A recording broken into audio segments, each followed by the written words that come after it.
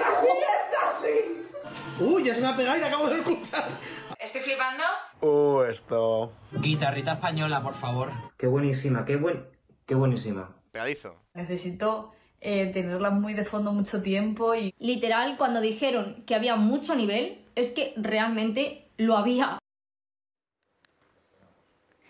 Pues eran las reacciones de algunos eurofans al escuchar por primera vez las 18 canciones del próximo Benidorm Fest. La espera ha terminado. Desde esta tarde ya las tienen disponibles en RTV Play.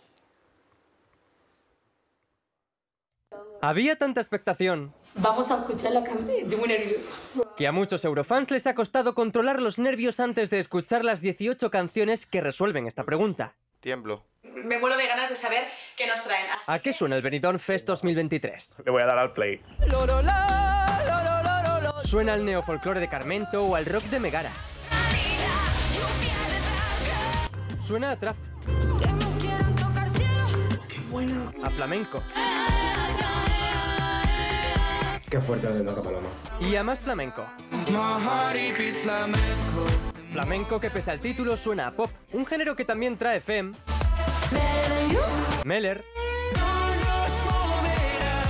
o Siderland. Es solo una primera toma de contacto, pero a algunos les basta para arrancarse a bailar.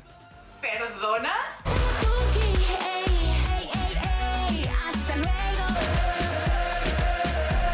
O para emocionarse. Tiene una voz tan especial.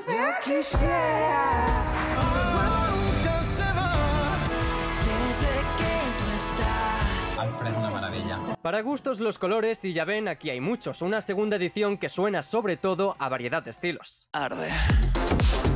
La noche entera era...